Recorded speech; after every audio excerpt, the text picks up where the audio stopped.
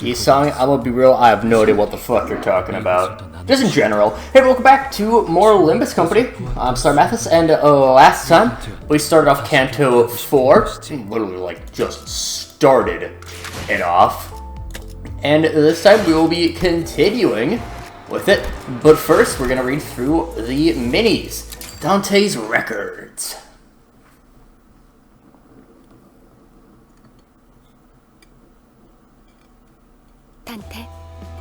Dante. Mephistopheles doesn't roar and grumble ahead all day long. Mephisto has an engine that needs rest from time to time, much like how Charon is still a human who needs regular breaks. Still awake, Miss Faust? There are a few things left to check, as the engine is treated harshly during operation and needs to be well maintained while at rest.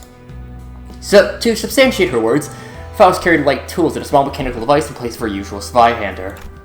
You're working hard. This barely counts as work. To witness Faust's magnum opus cordis being overworked with no time for care takes a greater toll, rather. She said that after making a light smile. Do you like this update in particular? Faust looked down at me using a handheld device. Oh, this thing? Yes. I believe previously you weren't fiddling with it as often. It's nothing much. We're just making most of the new feature I've needed. Whenever Faust requests a break for routine maintenance, my LCB PDA also receives updates. The updates occasionally come with additional functions, and this time, a note. The device didn't have this functionality until now. Didn't, surprisingly enough. You didn't know that? I thought you were omniscient, Faust. Faust only knows everything that Faust knows. Pardon me for a moment. Shook his peek at the screen of my tablet. I was having to write an encyclopedia, Dante. I mean, keep using words I don't know, stuff like fixers or whatever wings are. Might be common vocabulary for you all, but not me. I understand. I do suppose you've lost the memory of the city. Yep, don't write down most of the stuff here. And copy down the things I've been scribbling on my paper while I'm at it. This clock on my shoulders could be replaced with yet another head at any moment. There's no guarantee the memories I have right now will stay with me. That's why I must prepare a backup plan like this, so I don't forget twice.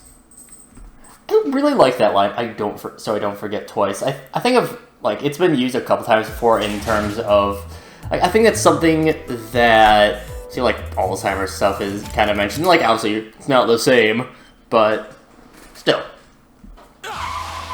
What the hell? Don't warning the bus ground to a sudden halt in the backstreets. We'll stop here today. Charon, I fear we haven't quite reached the definition. Approximately 50% short of the target location. During our schedule, proceeding at least 30% further would be ideal. Charon's sleepy. Excellent bus drivers don't drive while sleeping. God, just stop stomping the brakes every damn time! You know how much you've done this? Forsooth, Sir Heathcliff hath crashed his nose into the back of the front seat for the 4th time, which signifies this is the 4th screeching halt to occur! You hit the wheel as soon as you start saying sleepy, said the radio. It's a good point, but you need to be a bit more flexible with that sort of thing. A statement as plain as that can be quite amusing depending on who says it. Midboy agrees with me, eh? Funny when the least flexible one says it, kind of gabble. That's what you're playing at. What about that little fogey over there who still thinks she's a wartime general? Ishmael pointed to Otis, whose face was beginning to stick out in her veteran and placid face. It's a prime example of the terror of learned fear. It's happened enough to be familiar, but it's still rather intimidating to hear Virgilius send the bus into chilling silence with a single gesture or utterance. What is it? You all had happily chattering moments ago. Or is it not to continue? Are you signed to go on a proper rampage after? I was stretching. Felt a bit stiff. Load of... It's laughable how you behave. You're like dogs that drool at the sound of a bell. If you've got complaints, remember that my office in the back is always has open hours. I'll make time for consultations. Miss Faust, I'll leave the rest to you. Of course. Virgilius nonchalantly walked past the sinners and their piercing stares, with Charon at his side, and both stood at the back of the bus. Open ready now. It's sesame, Charon. Charon knows. It's not like magic phrase that would open doors anyway. I suppose so. Well, they exchanged corny jokes. The door large enough to fill the backside slowly opened. Been a few months, but so weird, man, every time I see it. It's bigger on the inside, right? As back door opened, splitting a narrow, deep, spacious hallway revealed itself. An endless corridor that looked to go on forever. Far into this hallway, classy poles demarcate the end of the area we're allowed to traverse, standing in front of unending lines of red lights. The place seems comfy. Something about this makes it eerie feelings creep up. Think about it. Is that one of those singularities belonging to a wing? Frau Faust, do you know anything? Of course it is known. I'm certain you do not know that I cannot speak of them. I'm certain that you do know that I cannot speak of them in much detail, Eric Cracker. We're just going to be a bit nicer about it. This is a corridor. That's correct. It's a corridor. Sure is. Long hall with doors to rooms on either side. Of course it's a corridor. IF. You're trying to... Whatever, I'm too tired. Dante, please hurry on with it. Gurga's words snapped me out of idly staring down the edge of the pathway. Oh, yeah, right. Dante, well, I understand you may feel it to be an unnecessary repetitive act. Simply put, the executive manager's approval is a vital part of the procedure. Please understand. You don't have to put it like that, Miss Faust. With that answer, I got up from my seat and stood at the front of the bus, looking at the crew. Hereby confirm today's closed business for the sinners. Thank you kindly. Starting now, you'll all be given a maximum of 12 hours to partake in sleep and rest. The duration is subject to change. Have a good night. As soon as Faust finished speaking, the sinners walked along with groans and sighs. Jeez, man, I'm whipped. A fight night, young Sinclair! Let's see another game of chess! No thanks, Don Quixote. You always run to Mr. Usama for hints whenever you're losing. That's true, Sinclair. That was because I could not bear to watch the Weaver's placements. That's even worse! What's well, manager? Thank you for today's watch. As for tonight's watch. Oh, Marcel, thanks for suggesting. Yeah, I wasn't really feeling sleepy today. Then Otis suddenly intervened. Executive Manager, allow me to remind you that I'm always willing to stand in for night watch duty if you ever feel fatigued. Yeah, we'll both get to cab. How about we get inside now? Executive Manager! Your hard daytime work was... Sure, let's get you to bed. Ishmael gave me a small nod and proceeded to drag me with chaperone Otis to the back door with Ryoja. Then last, Faust and I remained. That was fortunate, Dante. I did not force Otis to retire to overnight for the duty of night watch for quite a while again. It does happen a lot. I commented as I watched the sinners head into the corridor, one after another. After Ryoja entered and closed the door, Ishmael opens the same to get inside. Except the doors lead to different space each time it opens, right? Yes. As long as the sinner is in the right mental condition, the door will lead to lodging appropriate for rest and personal use. Lodging, is it? Much more like jail cells last time I peeked through the window. Still, she must mean it can be used as personal living space for showers, for sleep, showers, self-care, and all that. She seemed to have other questions beside that. My clock has no eyes, nose, or mouth, and yet... somehow it feels as though Faust reads something out of me. Not that she'll tell me how she manages it. You know, I'm just curious about what's over there. I pointed to the far end of the corridor with my finger. Right to the horizontal depths of this seemingly endless corridor. As I've told you repeatedly, it is best not to be curious about it, Dante. As expected, Faust chose to walk into the corridor with a faint signs of a real answer. And yet, just maybe, Faust knew all along. She knows it all, as she likes to say. Maybe she knew that I would learn about what lies beyond the corridor soon enough. Dun dun dun! I actually really enjoy the design of Mephistopheles and the Backrooms, or whatever the fuck it's called. The Backdoor, whatever. And on that note, one's normal mouse. If we actually check the ego, Dante mentions that last time he looked through, it kind of looked like jail cells. And we kind of have this vibe on every single, base ego features a jail cell in the back. So, presumably, well, okay, I say that, not entirely sure, but it can definitely make sense that these could be parts of the rooms that, like, all the base ego show off just, like, a little snippet of the rooms that all the sinners have. It's such a neat little detail that, like, it really isn't that, like, important to know. Like, it's not something that's, like, explicitly brought up. It's never mentioned, like, hey, you know, they're, you know, in the, like, they never mention, like, hey, for our base egos, there's a jail cell in the background. But the fact that they have that little bit of detail with it, and, like, they seem to all at least somewhat tie into their cantos, a little bit at least, like, yeah, so, like, we have, you know, Sinclair's family at that cell, so maybe it's kind of like, again, we don't know too much about all these, but, like, see the smoke war back there, so it's kind of like things that not necessarily are like, that they want to remember, but stuff that is, like, a key part of their memories. Like, yeah, Sinclair, like, we had Sinclair's family, for what is cast, you know, this is like her neighborhood after she killed the tax collector. So she's like always has that in her mind. Gregor, of course, has the smoke war. And I'm just gonna go through and like see what I can recognize that isn't too much of spoilers. Like Honolulu's. This one's not really too much of a spoiler, but like that's, you know, something like part of actually. Okay, that is something in his hometown, so to speak. That is. I'm actually kind of shocked that that's. Oh, okay. Yeah, so we got like that flower will be important for there, of course. Ishmael has a lot of stuff with the sea. But yeah, it's nice little detail that again, it's not necessarily that's what is in all of their rooms is what's shown off in the base ego, but could be something. It happened exactly a week after this fruitless exchange. I hereby confirm today's close events with sinners. Thank you kindly. Starting now, you can give a maximum of 12 hours to protect your sleep and rest. The rest is subject to change. Have a good night. False gives the same instructions as always. In response, the sinners grow and stretch like usual. Except this time, one sinner stuck out of that norm like a sore thumb. What now? Even it's not the first time he's all grumpy like that, is it? Heath, make sure to simmer down before you get in your room, okay? Like grumbling thunder in there keeps me awake, you know? Sinner's room, their lodging, personal space, and cell reflect their state of mind, so I've heard, like you mentioned, base ego.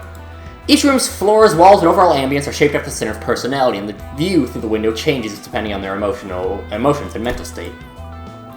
Though all I've seen were distant glimpses through the window, so I don't have all the details. The room Heathcliff enters would sometimes, actually rather frequently, emit wuthering and stormy sounds, like Wuthering Heights! Usually he'd snap back with a "why should I" or something like that, but this time he only clicked his tongue. I suppose he doesn't feel like arguing. Thanks to that, he stood in the corridor until after all the sinners, save for Faust, went to the room, staring down the passage with a frown. Maybe he was relieving stress this way. Oh. And that right there is where the incident began. Oh, what's with all those doors down the aisle? Heathcliff pointed in the exact same direction I did a week ago. Those doors were beyond the no trespassing line blocking the way. Heathcliff, I recommend against walking further into the corridor than necessary. Sure makes it seem awful suspicious. There's nothing which should be suspicious. You're better off listening to Faust. Well, keep treasures some such in there? Faust's secretive attitude was enough to rouse his curiosity. Heathcliff, you're not doing it. You'll regret your action. Got well emotional and gobby, eh, Miss Cleverness, whatever. It's like you're actually hiding something back there. He sprinted into the dark before it could stop him. What's in there? Just as I was about to ask Faust an obvious thing to be concerned over, Heathcliff's sharp scream echoed from the unlit area far into the corridor. Dante, now's the time to take my left hand and run with me. Huh? I'll be able to get him out of in time on my own. Maybe go for myself for that quickly. Before I could process what she meant, Faust ran off in the direction Heathcliff disappeared. Yes! Shuckaroonies! Wait for me! I love shuckaroonies. As we crossed the line and proceeded deeper into the corridor, we came across a three-way crossroads. I think I heard the screams coming from the middle. However, without a moment's hesitation, Faust started for the left aisle. Faust, I know you're in a hurry, but are you sure this is the right way? I could have sworn I heard his voice coming from the center path. I know. Without elaborating further, Faust continued running. At another fork we encountered, Faust chose the right path. Right after we entered the fifth door on the left side of that hallway. What is this? As I entered, another hall came into view. Its end was like a cliff. A Heathcliff. To be more precise, I felt some kind of gravitational pull trying to get me to fall to the end of the hallway. Heathcliff! Then I saw him. He crawled toward us with all his might from the middle of the hall. And as if he might fall for the moment, he lets go. What the hell is all this? On this place? Even though I couldn't see much in the dark behind him, I definitely felt some presence in it. Faust, what's over? Dante, I want you to hold the knob of this door tightly. Firmly grip my hand as well. With my hand securely, she gradually approaches Heathcliff. So he isn't tilted or anything, is it? I just feel like we're hanging off a cliff. That is because we're in a corridor, obviously. Dante, do not let go. Remind me to hold fast. Faust standing her other arm while holding her Zweihander. Heathcliff, grab this if you would. You're mental! I'll get gashed if I try grabbing that jaw and blade. I prefer to leave wounds on your palms when you can suffer down there. Baffled, Heathcliff looked at the sword and then the darkness behind him. Ah, bugger. Dante, pull him up. Might and main. Got it! Hoog!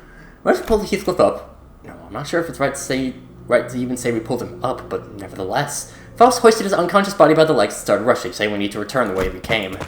Following her lead, I supported his arms and trailed behind, keeping his head from dragging along the floor. After burning some time, I would say it is fortunate he wasn't lost in a deeper area. Dante, you'll have to turn the clock. Heathcliff's gonna be okay, right?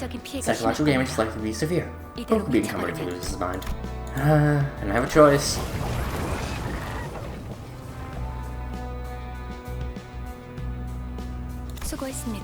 Good work back there, Dante. Oh, it's unfortunate that we have lost a portion of our limited break time to this. Faust, just what's in there? Where does it lead? Can't you tell me at this point? I've seen that stuff now. There's only naturally I want to know. Or his eyes there, and what was chasing Heathcliff? Moreover, why did it never show itself to us? And why did it vanish instead of chasing me any further? These questions were driving me crazy, but alas. As stated earlier, there are limits to what Faust can elaborate. Faust didn't expect much. The corridor, UIF. What if she muttered with a cigarette in her mouth, walking past us both? Was left her room while we were on our rescue mission.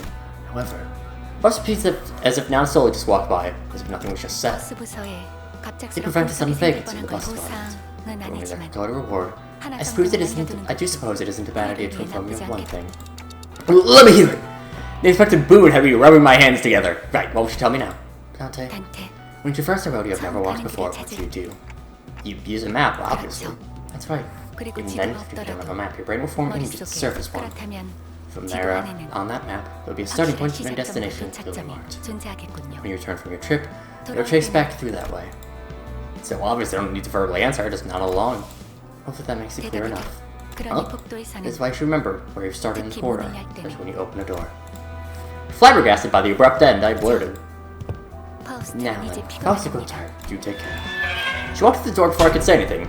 Before I could say something, leaving me with a riddle. Of course it would go like this. Excited with frustration, but now a breath of air is expelled from my pitiful clock. Still left powerless. All I can do is boot up this electric notebook and piece together what little information I've collected. I'm actually really looking forward to Faust Kanto because of because of these two minis in particular. Because surely when we get to Kanto 12, right? Because it's Ryoshu's 9, Marceau's 10, Otis is 11, Faust is 12. And then I don't know if it's confirmed or just speculated that Dante and Virgilius will have Kantos in Inferno, and then presumably we go on to Purgatorio and yada yada yada. Point I'm getting at is I can't wait for 2027 or something like that for when we get Faust Kanto. Because what the fuck is up with Mephistopheles? Anyways, drones and abnormalities. Hop back in. I do want to build my sinking a little bit more, but we have a lot of rupture as well, so either or. Oh! Hello, Brazen Bull. God, I fucking hate Brazen Bull. 50% max HP down because of the momentary cool. And this is just, okay, this is a focused encounter. But I could discuss Brazen Bull a little bit. But I'm gonna wait on that for a bit because a bit of a spoiler, we are going to be fighting the Brazen Bull in much bigger regard. Oh boy, will we. I fucking hate Brazen Bull.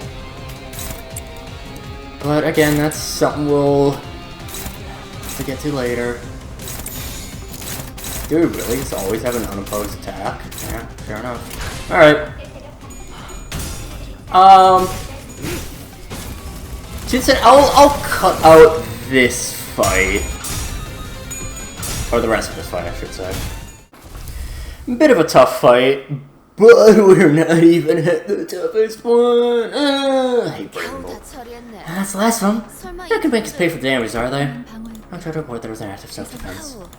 Did I ever tell you this? You just somehow... how do I put it? You rock! You're rather late to realize it. Something frustrating about this abnormality. Doesn't quite feel like the others we fought. Not sure we even have much experience in that department, but... I can just crowd around her shouting and yelling. What are these abnormalities? How they show up in the middle of the nest and how they get more horrifying.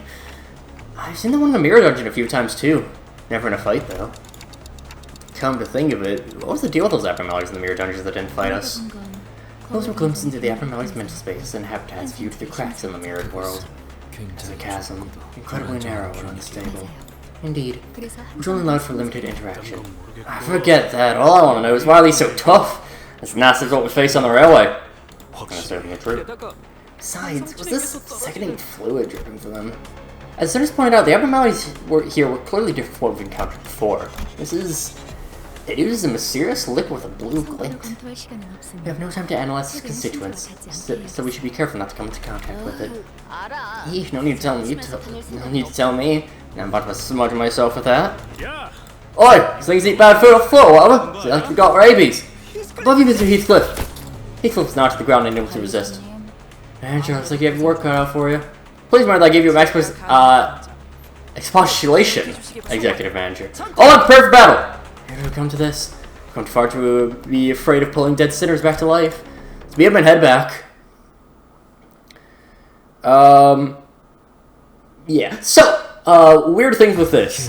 This is likely going to be fixed a little bit, pretty soon. I don't know exactly when the railway buck is, but it has been a very long time since people have been able to access railway at this point in time. Railway is very much endgame content. So yeah. Obviously, you're not guaranteed to have fought Brazen Bull before in Mirror Dungeon. He's a pretty common boss. He can appear on a lot of floors, as well as can appear at, both as a boss, as an event, or an end of floor boss as an event, as well as a like feature abnormality, I guess. I don't know exactly how to word it, but like every so often in Mirror Dungeon you get you can see what the egg of the abnormality looks like. And Brazen Bull has one that shows up. I'm trying to remember what it all does. Hurting Teddy Bear, Brazen Bull, Clam, Shocking Centipede,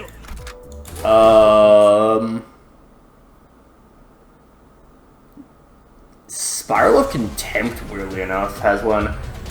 Dream Devouring Silk Current. The reason I'm surprised about Spiral of Contempt is that it was the final boss of Railway 2, I believe. Rose Hunter has a spot. Yeah, that's all I remember. I do know what I want to go up to for this, so I'll cut this fight out. So, Canto 4, I think, gameplay-wise, is pretty far and away the worst Canto. Again, story-wise, it's fine, but gameplay-wise, I mean, you'll never see 3 filler fights, or 2 filler fights, I guess, in a row, but, oh boy, Brazen Bull, let's fucking deal with this jabron. Alright, oh shit, I also want to grab its abnormality log. Give me a moment. Alright, he actually only has 1 log. Composed of steel plates with bluish rust marks left by heat. Apparently resembles that of an animal commonly referred to as the bull. The analysis isn't precise. The material's properties suggested consists of an alloy of copper and zinc. It has another component other than steel plates. It appears to be a human-like being inside it. K-Corp's drones are flying around it. They appear to be filming sinners occasionally. For the reason our principal is unclear, it is thrown into a state of agitation. Because they expect to make the battle more unfavorable for us as it went on, I suggested to the manager that the destroyers be destroyed first. So anytime we fight with the drones. The being inside had a facial expression one would make while in pain. Its movements tend to be erratic and rough, possibly due to the pain caused by the heat. Its body seemed to have intensity. Whenever Sinner was attacked by it, Causalgia and burns could be observed. Clouds of gases seemed to be breaths of steam was observed near its head. Sometimes raised its body to slam a Sinner with its weight. On the time from the head, the human-like being emerged for an attack. Its dizzying cry left a lasting impression. If Sin was attacked by the human-like being, they would display serious depression. The mental damage possibly caused them to be immobilized or become reluctant in combat. The effect is expected to be temporary. Something that might render sinners unable to further proceed in battle, or participate in battle, the manager was ordered to prioritize disabling its head. It is deemed to be an effective approach. The human-like being could no longer be observed in battle once dealt with. No further discoveries could be made, and this observation log is concluded. It's been for such a long time. I don't do anything about the raging thirst, the flesh endlessly burning and searing. Oh, the kid's so messed up. I'll have to take care of it. Jesus. Brazen Bull, honestly, the main thing with him, he just rolls really high. Ram is fine. It is a 4 to 15, which is a little on the, or 4 to 14, I think, actually. No, never mind, 4 to 15. 4 to 15 is a little bit rough on Ram. 4 to 14, but on a single coin is, oof. And then fucking Charge In, is a 5 to 17, which is just a really good roll in general. Does quite a bit of damage because it is quite a few coins. Do I wanna...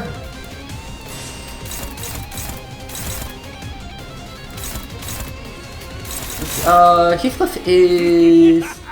He is Blunt Fatal. That might end up staggering him. Actually, although... He gets unstaggered by Dullahan, I believe. Right?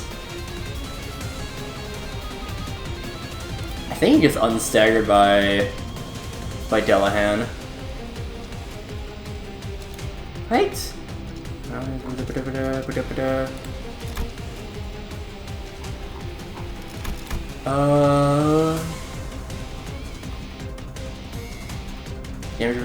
With mounting, yeah, okay, yep. So even if we do get staggered, we won't die, at the very least, so that'll be nice. And we're doing that on Charge In. Struggling, Favored. Let's go to Phoenix. It's neutral, so we'll switch to Favored. Yeah, Favored's probably about as good as we're gonna get. Brazen Bull is one of the most consistently annoying abnormalities. I wouldn't say, like, again, yeah, that 14 is... Oh, damn. Okay, Sinclair.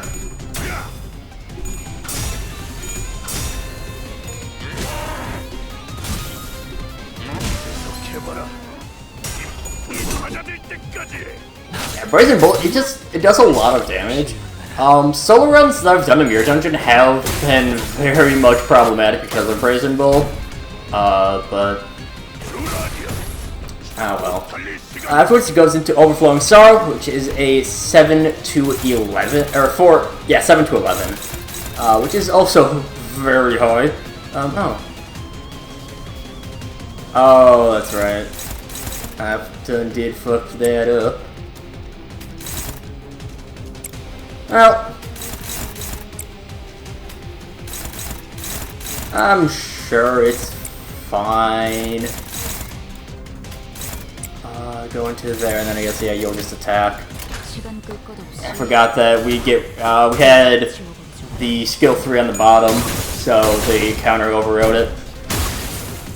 I would say at least having a lot of, having several rook identities is pretty nice for the sake of having the extra free damage. I believe I think Brazen Bull is weak to Gloom.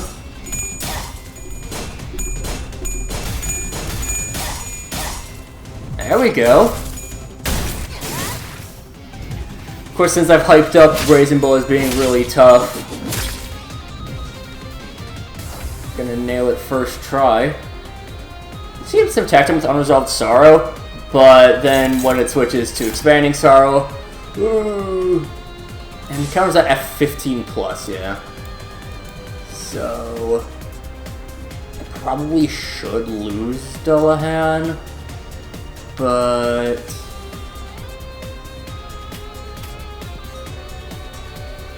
yeah. We'll end turn and higher. Yeah. I don't think we have anything to countercharge in right now. Okay, never mind. Fucking show me wrong. Okay, Sinclair. I did have breaking knowledge as well, so that would definitely work.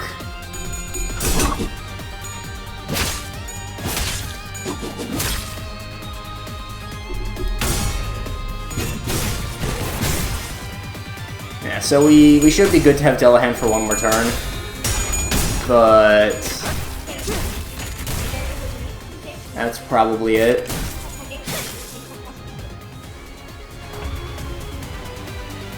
Yeah, no Lament Mourn to spare. At this point, then it goes into the Expanding Sorrow. Generates the head and does stronger shit. 8 to 18, 4 to 20. Yeah, this thing is fucking brutal.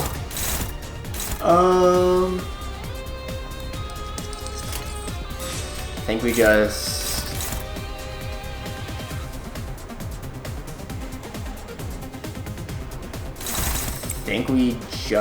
Dullahan.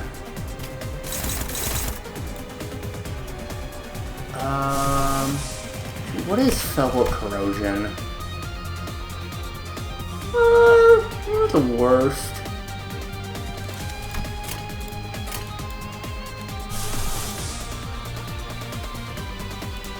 If I do that, I should probably end up corroding afterwards. Because that'll cost us 15. Oh, yeah, we'll be fine. Favored on there, fucking okay. I won't complain about that. That'll be a little bit risky, but we'll go for it.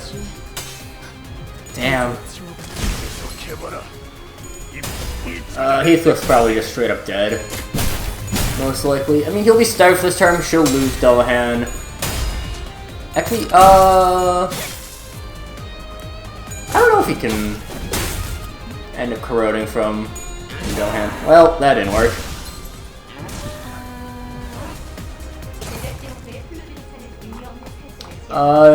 Looks like cannot. Body is nearly staggered, but...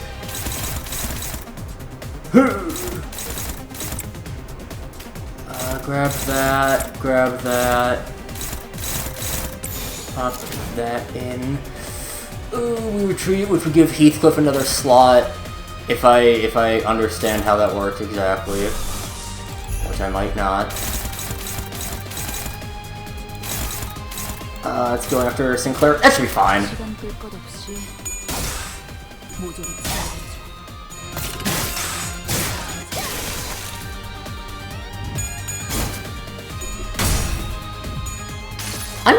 So, Branch of Knowledge, I do get why not a lot of people like it. It is pretty costly if you end up just having... Oh, Jesus, that did a lot of damage.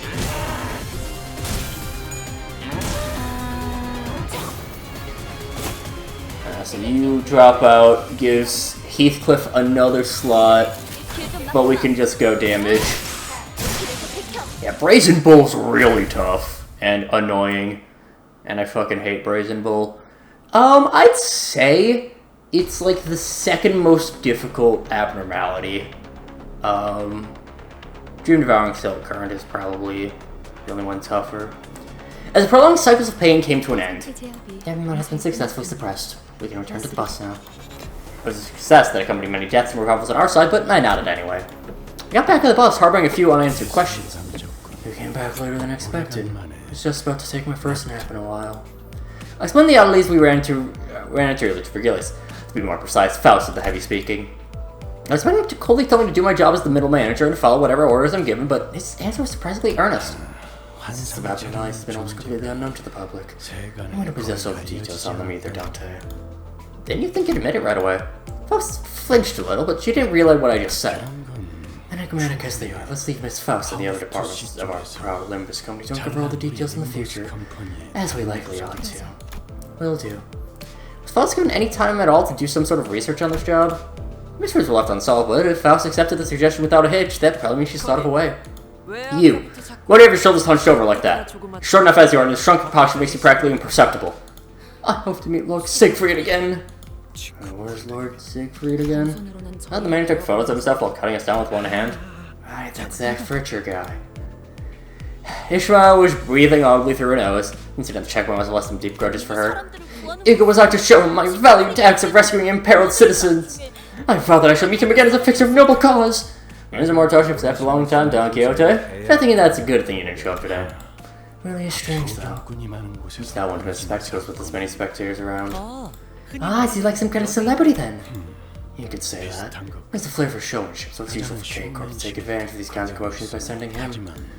But if the show is perfect opportunity to draw the public's full attention, that means this isn't something they want people to notice. I shan't take such vicious slander of Lord Siegfried! On the 5th row of page 42 of his autobiography, a hero should keep smiling until his last. He writes that he shall be there to aid the weak no matter when and where! Alright, you best hold that belief of yours dearly. That will have something to cling to when you face the extreme in the future. I love Don Quixote. And all the sinners, really.